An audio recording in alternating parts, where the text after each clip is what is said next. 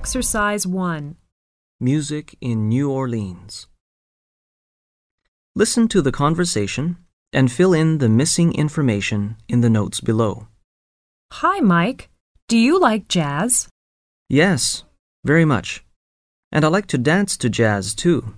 Do you know who first started to play jazz? Yes, of course. The African Americans. Do you know when and where? Yes. Around 1900, people from many countries lived in New Orleans. Music was an important part of life in this city. Musicians in New Orleans started to play a new kind of music. It was called jazz. Jazz was a kind of music intended to make people happy. I know jazz is kind of a mixture of many different kinds of music. For example, African, blues, European, church music, and work songs. Most early jazz musicians were African American. They played in small bands and they didn't write down their music. Yes, they learned to work together to produce a loose and relaxed beat that is so powerful that listeners cannot help but dance, or at least move their feet along with it. And soon, white musicians were playing jazz too. I know black and white musicians seldom played together in the United States at that time. You are right. Around 1920, jazz music began to spread. Jazz musicians moved from city to city. People listened to jazz records. They heard jazz on the radio. In the 1930s and 1940s, jazz was popular in the U.S. and Canada. The music was called swing. It was played by big bands. It was said there are still a few bands made up of very old musicians playing the old-style jazz in a club in New Orleans. They play jazz for 4.5 hours each evening, so many tourists go there and listen. Can the audience make some special requests for the songs? Yes, if the musicians are willing to play them, people pay a little money for the request. Traditional songs cost $1 and all others cost $2. That's interesting. I'd like to visit the city sometime in the future. Exercise 2. Who invented popcorn? Listen to the conversation and fill in the missing information in the notes below. Mary and her classmate Alex are off from school. They are going to see a film. Do you have the time, Alex? It's 7:20. We are early. The film starts at 7:30. Let's have something to drink. That's a good idea. Something smells good. Right. That's popcorn. Would you like some popcorn? Yes, I'd love some.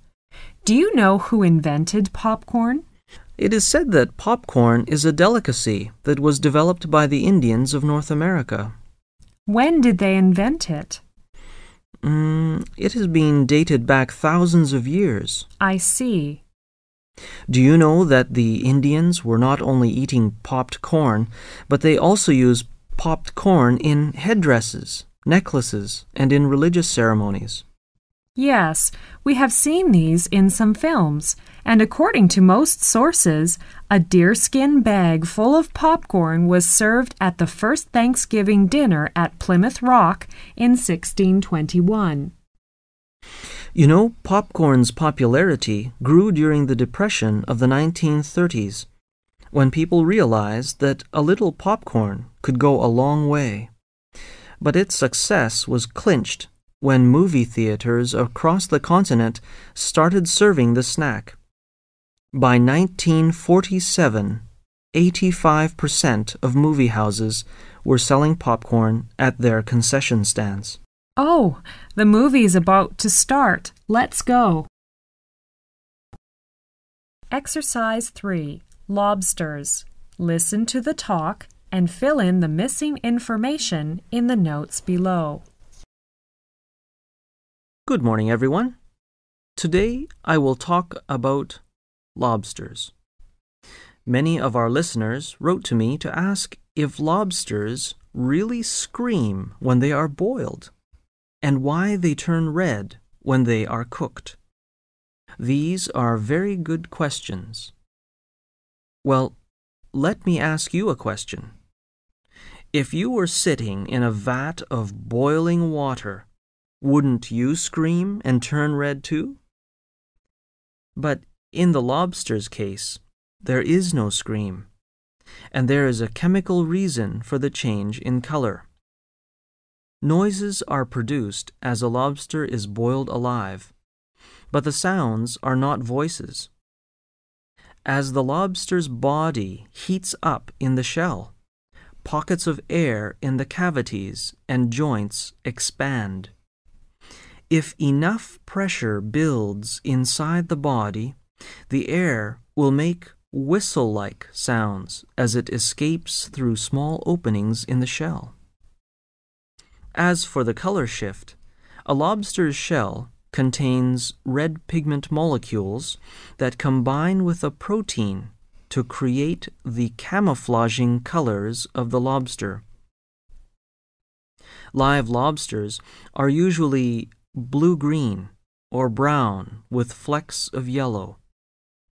When the lobster is boiled, the protein is denatured or deformed by the heat. The pigment remains, however, turning the shell red.